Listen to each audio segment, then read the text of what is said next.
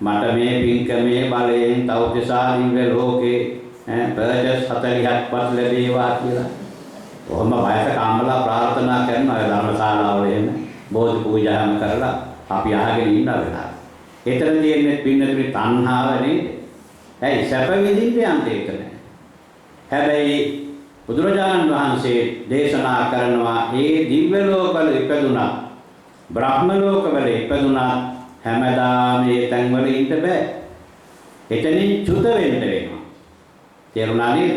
එතනින් චුත වෙන්න වෙනවා. කාල සීමාව ඉරනකොට දැන් දෙවියන්ගේ නම් කාල සීමාව ඉරනකොට බැලඳගෙන ඉන්න මල් මාලා මැල වෙනවා. දාඩිය දාන්න පටන් ගන්නවා. ඇඳගෙන ඉන්න ඇඳුම් පැළඳුම් කිලිටි වෙනවා. ගඳ ගහන්න පටන්. එතකොට දැන් දිව්‍ය පුත්‍රයා හිතන දැන් මගේ කාලය ඉවරයි මේ. මේ සැප විඳින කාලය ඉවරයි. මේ දිව්‍ය ලෝකේ ඉපදුණා යම් විදියකින් එතනින් චුත වෙනකොට අතීත කර්මයක් පෙර කරපු අකුසල කර්මයක් සිහිපත් වුණොත් එහෙම සමාහිත නරක තිරි සම්ප්‍රේත අසුරාදී දුක් ඇති භවයකට ගමන් කරන්න වෙනවා. ඒකයි වතාවකාලිකයි කියලා කිව්වේ. රූපාවචර බ්‍රහ්ම ලෝකවල උපදින්න නම් භාවනා ක්‍රම දෙකක් තියෙනවා මේ පින්නතුන් දන්නවනේ. සමත භාවනාව විදර්ශනා භාවනාව. සමත භාවනාවෙන් කරන්නේ කෙලෙස් තුනීකරණ එක. සම්පූර්ණයෙන් නැති වෙන්නේ සසර බැඳලා තබන කෙලෙස් කියන්නේ හිත නරක වෙන දේවල්. දැන් මේ සිමෙන්ති පොළවට තෙල් ටිකක් එහෙම පොල් තෙල් ටිකක් වැටුණොත් මම උපමාවක් වගේ කියන්නේ දරුවන්ට දැනගන්න. ඕන් පාත්‍ර පිටුවක් දාලා බලන්නකෝ. අර තෙල් ටික ඔක්කොම අර පොළේට උරා ගන්නවානේ. අන්න ඒ වගේ තමයි සසර බැඳලා තබනේ ක්ලේශ ධර්මයන් ටික යටපත් වෙනවා. සමත භාවනාවේ ඒ සඳහා අරමුණු 40ක් තියෙනවා. කර්මස්ථාන 40ක් තියෙනවා. ගැළපෙන භාවනා ක්‍රමයක් තෝරාගෙන භාවනා කරන්න ඕනේ. පිරිහෙන්නේ නැතුව මිය ගියොත් එහෙම භාවනාවේ අවසාන ප්‍රතිඵලය තමයි ප්‍රථම ධානය, ဒုတိ ය ධානය, තෘතීය ධානය, චතුර්ථ ධානය කියන ඒ ලෞකික ධානය උපදවා ගන්නට පුළුවන්. ලෞකික කියලා කියන්නේ පිරිහෙනවා. අරමුණ වෙනස් වුණ ගමන් පිරිහෙනවා. දේවදත්ත හාමුදුරුවෝ හොඳම උදාහරණයනේ. දේවදත්ත හාමුදුරුවෝ ඔය කියන ලෞකික ධානය උපදවා ගත්ත කෙනෙක්. හාමුදුරුවෝ නම. හැබැයි නිදහස් වෙන්න බැරි පාප කර්ම කළානේ. අජාසත් රජුරෝ මුලා කරලා තාත්තමල්ලා රජ වෙන්නේ කිව්වා. මම බුදුහාමුදුරුවෝ මරලා ඉවරලා මම බුද්ධ රාජ්‍යය ගන්න සංඝ වේදේ කළා. බුදුහාමුදුරන් සක්මන් කරන වෙලාවේ ගිජ්ජකෝට පර්වතයේ පාමුල ගල් පෙරළුවා මරනවා කියලා අදහසින් සිතුවිලි නරක් වුණා. ඒ ධාන වලින් පිරිහුණා. ඒක ලෞකිකයි. පිරිහෙන්නේ නැතුව මිය ගියොත් මොකද වෙන්නේ? අන්න අර කියන රූපාවචර බ්‍රහ්ම ලෝක වලට ගමන් කරන්න පුළුවන්. ඒ තැන්වල උපදීමක් නෙවෙයි පහළ වීමක් වෙන්නේ. ඒ දිව්‍ය ලෝකවල බ්‍රහ්ම ලෝකවල බබාලා හම්බෙන්නේ නාම්මලා නැහැ. කිරි දෙන අම්මලා නැහැ දිව්‍යාංගනාව වෙන්නේ. බ්‍රහ්ම ලෝකෙත් නැහැ. මෙහෙ තමයි එහෙමයි. එකම විදිහේ වාසක පිරිසක් තමයි ඒ තැන්වල පහළ වීමක් වෙන්නේ. නිදාපි විදියා මෙන් කියලා කියන්නේ ඒකයි.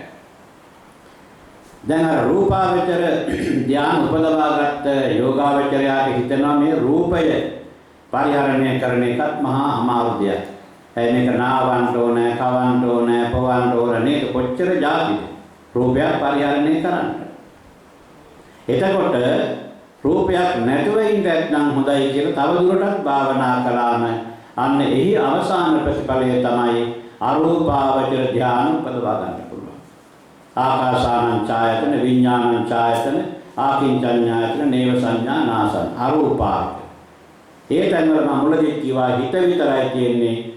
ශරීරයක් නැහැ. දැන් අද විද්‍යාඥයෝ ග්‍රහ ලෝක වලට ගිහිල්ලා කියන්නේ ඒ ග්‍රහ ලෝකේ නම් ජීවීන් ඉන්න පුළුවන් කියලා කියනවා. හැබැයි ජීවීන් ඉන්න පුළුවන් කියලා කියවට හිත කියන එක දුවේ පුතේ ෆොටෝ ගන්න බෑනේ. කිසිම කෙනෙකුට හිත ෆොටෝ ගන්න බෑ. ශරීරයක් නම් ෆොටෝ ගන්න පුළුවන්. මේ හිත විතරයි එතන තියෙන එක අරූපාවචර කියන්නේ. ඒ තැන් වල ඉපදුණා ඒ හැමදාම ඉන්න බෑ. එතනනොත් ඒ නියමිත කාලය අවසන් වෙනකොට එතනනොත් චුත වෙන්න වෙනවා. හැබැයි අරූපාවචර බ්‍රහ්ම ලෝකවලට ගියන් පස්සේ ඒ ඇත්තෝ එතනින් තමන්ගේ රහත් වෙලා නිවනින් සැනසීම ලබා ගන්නවා. දැන් මෙන්න මේ විදිහට දැන් මේ ගාථාවේ පළවෙනි පදයේ තමයි ශක්තිති රජකම මුළු ලෝකයේම රජ බවට පත් වුණා. ඒක తాවකාලිකයි. එතනින් වෙනස් වෙන්න වෙනවා. ඒ වගේම දිව්‍ය ලෝක, බ්‍රහ්ම ලෝක ආදී තැන්වල මනුස්ස ලෝකෙත් එහෙම ඉපදුනාම හැමදාම ඉන්න බෑ. එතනින් අපිට ආයෙ ඉවත් වෙන්න වෙනවා. සෝතාපට්ටි ඵලං වරං. සෝවාන් මාර්ග ඵලයටපත් වීම තමයි ඊටාම වටින්නේ කියන එකයි බුදුහාමුදුරුවෝ මෙතනදී අවසානයේ දේශනා කළේ. මොකද්ද මේ සෝවාන් වෙනවා කියන්නේ? දැන් අපේ රටේ සමහර තැන් තියෙනවා පින්නතුනේ අපි දන්නවා ඔබ සෝවාන් කියලා සහතික දෙන තැන් තියෙනවා. මේ රටේ. ගම්පහ පැත්තේ වතුරුගම කියලා ප්‍රදේශයක් තියෙනවා. එතනට ගියාම මේ අම්මලා තමයි වල රැවටෙන්නේ හුඟක් දෙනෙක්. ඔබ සෝවාන් කියලා දාස් කීපයක් හිටියම සෝවාන් වුණා කියලා සහතිකයක් දෙනවා. මාළකට 1000ක් අම්මා කෙනෙක් අහම ස්වාමීන් වහන්සේ මේ මගේ දැන් පළවෙනි එක නම් හරි. දෙවෙනි එකට යන්නේ කොහොමද කියලා මගෙන් ඇහුවා. මම කයි දෙවෙනි සහතිකෙත් ගන්න ඕනේ ඒ ගියතනින්. අපි කියන්නේ ඒක හරියන්නේ නැහැ නේ කියලා. අම්මලා හරියට ඕම මේ මුලා වෙනවා. දැන් උසාවියට යනවා නම් අම්මලා හැදෙති ඕම් ඒ කාලේ හිටිය ශාස්ත්‍රකාරෝ නේ. උසාවියට යන්නේ නඩුවකටනේ. ඔන්න අඬ ගහලා නඩුව දිනනවා ජය පරදිනා. රෝහලට යනවා කියලා ලෙඩෙක් බලන්න යන්නේ. එතකොට එහෙම ශාස්ත්‍රකාරෝ ඒ කාලේ හිටිය දැන් නැහැ. මම දන්නා ඉස්සර කෑගා අපිත් 71 ඉඳන් කෑගොල්ල නගරේ කිට්ටුවේ ඉන්න අයනේ. අයිස්ක්‍රීම් විකුණන මිනිස්සෙක් හිටියා. ඒ මිනිස්සයා ශාස්ත්‍ර කියනවා මේ පස්සේ බලනකොට. කලේ බයිසිකලේ ගිහින් අයිස්ක්‍රීම් වෙලදාම් කරන්නේ. පසු කාලීනව මෙයා ශාස්ත්‍ර කියන අර වගේ තැන් වල ඉඳලා. ඉතින් ඒ නිසා ඒකත් පැත්තකින් දියමුකෝ කොහම වුණා සෝවාන් කියලා කියන්න නම් මේ සසර බැඳලා තබන බැමි වගේක් තියෙනවා. ගැට වගේක් තියෙනවා. ඒවට කියනවා දස සංයෝජන කියලා කියන්නේ. සංයෝජන කියන්නේ මේ සසර අපි බැඳලා තබන්නේ මේ ටික නිසා. නීවරණ කියලා කියනවා. ඒවා පහයි තියෙනවා. කාමච්ඡන්ද, ව්‍යාපාද, තීන මිද්ද, උද්ධච්ච කුක්කුච්ච, විචිකිච්ඡා කියලා. සංයෝජන තුනක් සසර බැඳලා තබන බැමි තුනක් නැති වුණා නම් එතන තමයි සෝවාන් කියලා කියන්නේ. සක්කාය දිට්ඨි, විචිකිච්ඡා, සීලබ්බත පරාමාස කියලා ඔන්න සසර බැඳලා තබන බැමි තුනක් තියෙනවා. සක්කාය දිට්ඨි, විචිකිච්ඡා, සීලබ්බත පරාමාස. සක්කාය දිට්ඨි කියලා කියන්නේ පංචස්කන්ධය මේක උපාදාන වශයෙන් ගැනීමයි. අපි ඔබ සියලු දෙනාම හැදිලා තියෙන්නේ රූප, වේදනා, සංඥා, සංඛාර, විඥාන. මේ ගොඩවල් පහක් තමයි. මාත් ගොඩවල් පහ නමක් දා ගන්න අඳුරා ගන්න ඕන නිසා. උපන්න සාතිකේ නමක් දානවානේ. ඒ අඳුරා ගන්න අපි ඔක්කොම ඔය ගොඩවල් පහෙන් යුක්තයි. පංචස්කන්ධය කියන්නේ කඳු පහක් මේ. එතකොට සක්කාය දිට්ඨිය කියන්නේ රූපය මගේ, වේදනාව මගේ, සංඥාව මගේ, සංස්කාර මගේ, විඥාන මගේ කියලා මගේ කියලා ආත්ම දෘෂ්ටියක් ඇති කර ගැනීම. සක්කාය කියන්නේ තමන්ගේ ශරීරය ගැන. මගේ කියලා ගන්න එක. ඒක වැරදිම ගන්න බෑ අපිට අපිවත් නැහැ පින්නේ. මගේ නම් අපිට මේවා පාලනය කරන්න පුළුවන් වෙන්න ඉපා නේද? උණ හැදීගෙන එනවා. උණ හැදෙන්න එපා නේද? බඩ රිදෙනවා හැදෙන්න එපා කියලා කිව්වට හරියන්නේ නැහැ. ලෙඩ වෙන්න එපා කියලා හරියන්නේ නැහැ. නාකි වෙන්න එපා කියලා හරියනවද නැහැ. ක්‍රමක්‍රමයෙන් මේ දැන් බණහන් මේ පුතාලා තව අවුරුදු කීපයක් යනකොට හොඳ ඉලක්කාරේ නේද? තව ටික දහහක් මෙන්න ඔළුවේ එහෙම පැහිලා නේද? ඉතින් ඒක තමයි වෙනස් වෙනවා කියලා කියන්නේ. කාටත් ඒක වෙනස් වෙනවා. දාතිලා සීලා ඒ වෙනස් වීගෙන යන්නේ ඒකනේ. හැමදාම හොමින්ට බෑ. එතකොට සක්කාය මගේ කියලා ගන්න ගතිය තමයි පංචස්කන්ධේ මමත්වයෙන් ගන්න උපාදාන වශයෙන් ගැනීම මෙතන බයන්නේ. උපාදාන කියන්නේ තදින් අල්ලාගන්නේ. මගේ දැන් මගේ දේපොළ මගේ ඉඩකඩම් මගේ යාන වාහන හරක වාහන වතු පිටි නේද? ඉතින් මගේ කියලා ගන්නවනේ. ඒ කියන්නේ වැට ඉන්නට සමහර මිනි මරා ගන්න නේද? වැට ඉන්නට මිනි මරා ගන්නවා. ඇයි මේ අල්ලා ගන්න. අඟලක් එහාට මෙහාට කරොත් පේන්න දෝසාවි වල පේන්න නඩු අහන හැටි. ඉතින් ඒ විදිහට ඒක තමයි සක්කාය දිට්ඨිය. විචිකිච්ඡා කියන්නේ බුද්ධ ආදී අටතන පිළිබඳව සැකය. බුද්ධ ආදී අට මේ සාමාන්‍ය සැකය නෙවෙයි. බුද්ධ ආදී අටතන පිළිබඳ සැකය තමයි විචිකිච්ඡා. බුද්ධේ කංකති ධම්මේ කංකති සංඝේ කංකති පුබ්බේ කංකති අපරේ කංකති පුබ්බාපරන්තේ කංකති සික්ඛාය කංකති ඉදප්පත්තේ පටිච්චසමුප්පාදේ කංකති. කංකති කියන්නේ සැක කරනවා. බුදුහාමුදුරුවෝ කියලා කෙනෙක් හිටියද? ඒ මේ රැස් කරන අදත් ඉන්නවානේ. දැන් බලන්නකෝ මේ දවස්වල අපේ රටේ තේම පිරිසක් දැන් බිහි වෙගෙන යනවා. NGO රාජ්‍ය වල සංවිධානවල මුදල් දෙනවා ඒගොල්ලන්ගේ ගිණුම් වලට. දැන් අලුතෙන් බණ කියන පිරිසක් බිහි වෙලා ඉන්නවා අපේ රටේ. බුදුහාමුදුරුවෝ ඉපදුනේ කොහෙද? තෙල්ලින් එකින බඹරගල කියලා රජමහා විහාරය. අන්න ඒකේ ගල්ලේ ඉඳන් බුදුහාමුදුරුවෝ උප්පත්තිය බුද්ධෝත්පත්තිය. බුදුනේ හබරණ කැලේ කියන කාශ්‍යප ගම කියලා ප්‍රේමදාස මහත්තයා දාපු ගමක් ඒක. ඒ කාශ්‍යප ගමේ තමයි මේ බුදුනේ. ධම්සප්පයතුම් සූත්‍ර දේශනා කළේ මේ ඉසින් බැස්ස ගල කියලා තියෙනවා මැද වචී. එතෙන් තමයි මුල්ම ධර්ම දේශනාව පැවැත්වෙන්නේ. පිරිනුවම් පෑවේ තියෙනවා බුදුගල කියලා බලන්ගොඩ. එතනයි පිරිනුවම් පෑවේ. ඔන්න ඔහොම දැන් අලුත්ම ධර්ම දේශන අපේ සම්පූර්ණ ශාසන ඉතිහාසය බුද්ධ චරිතය විකෘති කරන විදිහේ පිරිසක් නිකන් සිවුරු දාගත්ත පිරිසක් ඉන්නවා. මේ රටේ ඉන්නවා. ඔය බීරිගම් ඒවා අහන අයත් ඉන්නවා. පිළිගත් අයත් ඉන්නවා. පිළිගත් අයත් බුදුහාමුදුරුවෝ ගැන සැක කරනවා. ධර්මය ගැනත් එහෙමයි. නමුත් හොඳට හිතේ තියාගන්න දඹදිවේ ගියාය නම් දකින්න ඇති ලුම්බිනියට ගියාම බුද්ධෝත්පත්තිය සිදු වන තැන ධර්මාශෝක මහරජතුමා ගල් තැඹක් ශාල ගල් කණුවක් ඒකේ පින්නතින බ්‍රාහ්මී අක්ෂර 93ක් තියෙනවා. එතන ඒකේ ලියලා තියෙනවා හීද බුද්දේ ජාතේ ශක්‍ය මුනි කියලා. මෙන්න මෙතන තමයි බෝසතුන් උපත ලැබුවේ කියලා. සියලුම බෝසතාණන් වහන්සේලා බුදු වෙන්නේ පින්නතින ඔය බුද්ධ ගයාවේ. බුද්ධ ගයාවේ. උතන තමයි බුදු වෙන්නේ. බෝධිය වෙනස් වෙන්න පුළුවන්. එතන තමයි ලෝකෙම පින්නතුනේ විශ්ව ශක්තිය තියෙන තැන. ඒ වගේ ශාසන ඉතිහාසයේ විකෘති කරන පිරිස් දැන් බොවිගෙන යනවා. බුදුහාමුදුරුවෝ ගැන සැක කරනවා. ධර්මයේ ගැන සැක කරනවා. සංඝයා ගැන සැක කරනවා. මෙලොව ගැන සැක කරනවා. පරලොව ගැන සැක කරනවා. මෙලොවත් පරලොවත් දෙකම ගැන ශික්ෂාපද පිළිබඳව සැක කරනවා. ඒ වගේම හේතුඵල ධර්මයේ පටිච්ච සමුප්පාද ගැන හේතුඵල ධර්මයේ මෙන්න මේවා පිළිබඳව සැක කරනවා. සෝවාන් වෙනකොට ඔය ටික නැති වෙන්න ඕනේ. සක්කාය දිට්ඨි විචිකිච්ඡා. සීලබ්බත පරාමාස කියන්නේ බාහිර සීල් ක්‍රම ව්‍රත ක්‍රම වලින් විමුක්තියක් ලබන්න පුළුවන් කියලා හිතන එක. ශරීරෙට දුක් දෙනවා. සමහර අය අත්කිලමතාන යෝගය. බෝසතාණන් වහන්සේ ලෝකේ පහළ වෙනකොට තිබුණ දේවල් ඉන්දියාවේ තිබුණ 62ක් පින්නතුනි. 62ක්.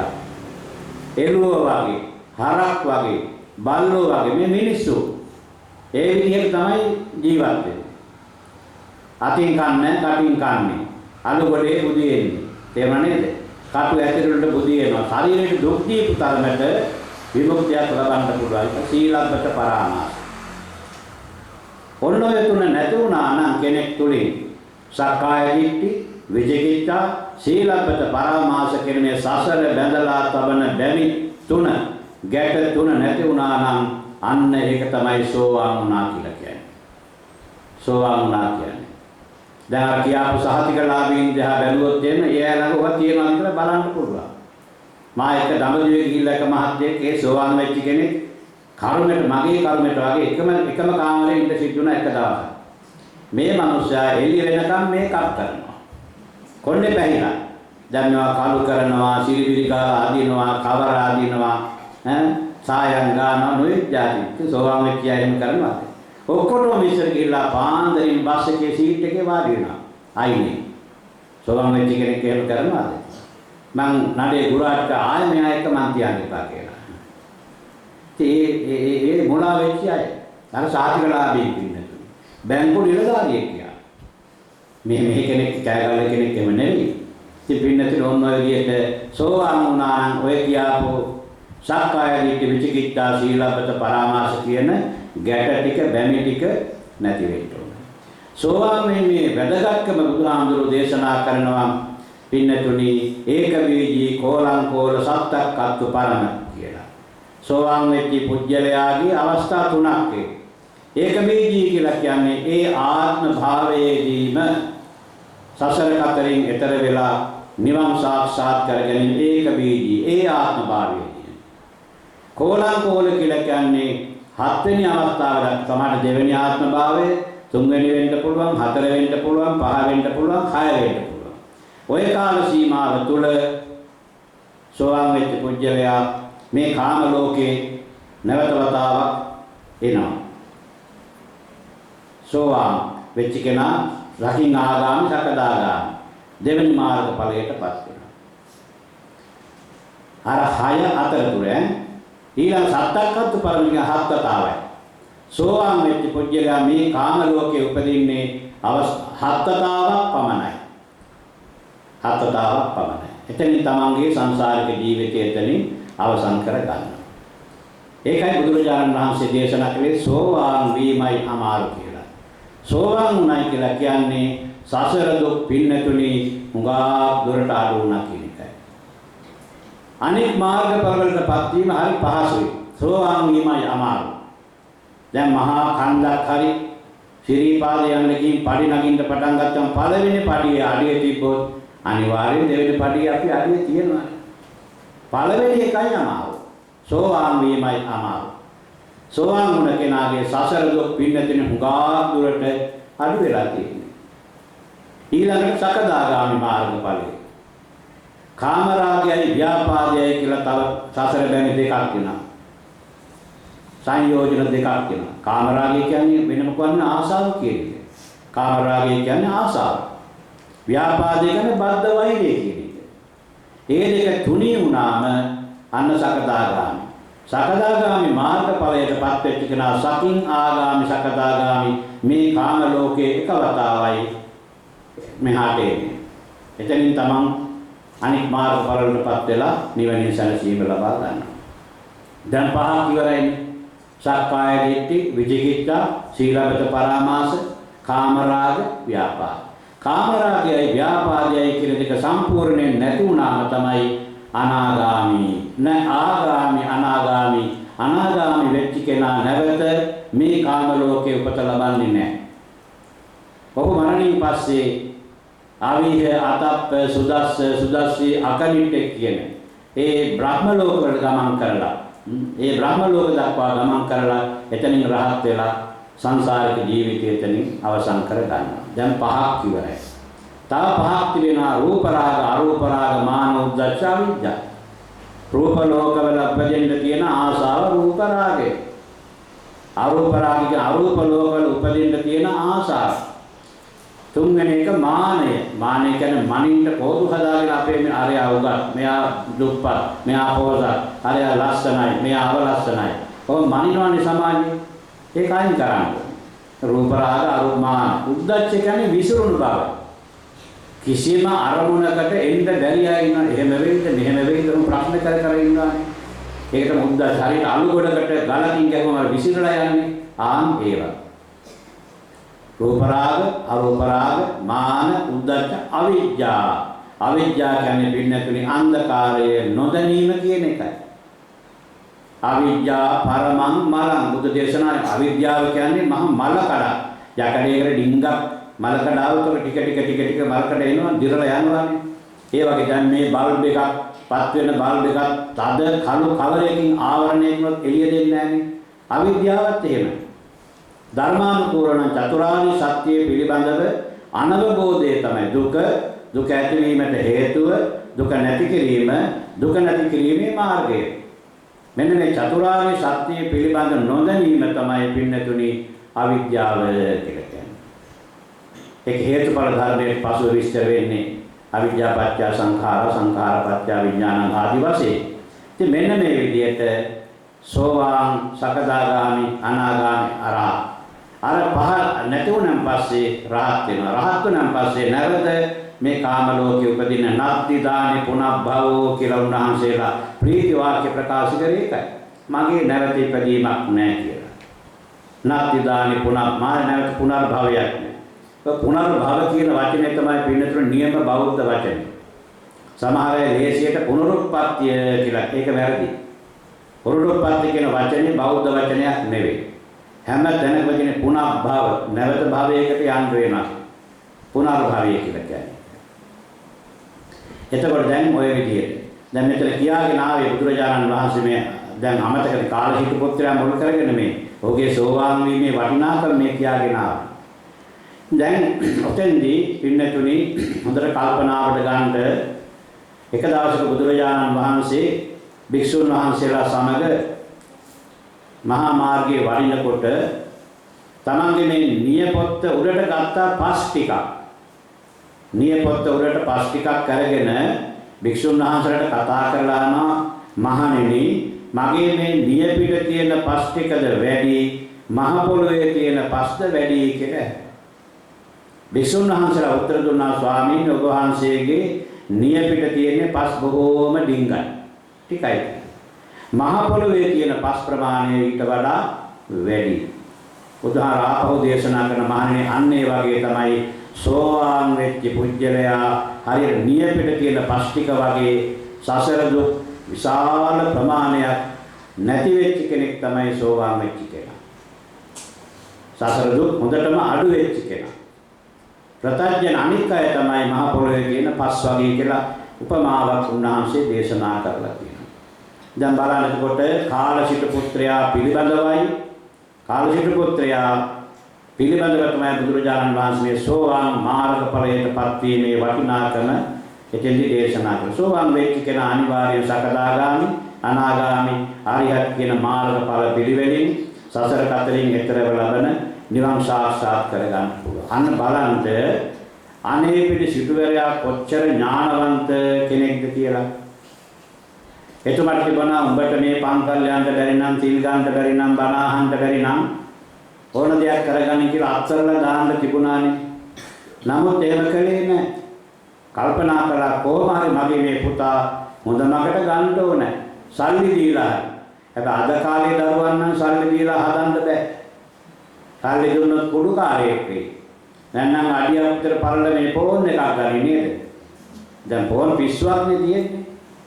දැන් කාලේ සල්ලි දෙන්න හොඳ නැහැ. තමන්ගේ දරුවෙක් නොමග ගිහිල්ලා ඉන්නවා නම් කල්යාණ මිත්‍රයෙකුට සත්පුරුෂයෙකුට සම්බන්ධ කරලා කල්යාණ මිත්‍රයෙකුට සම්බන්ධ කරලා ඒ දරුවා හදාගන්න උත්සාහවත් වෙන්න ඕනේ. අතාරින්න හොඳ නැහැ.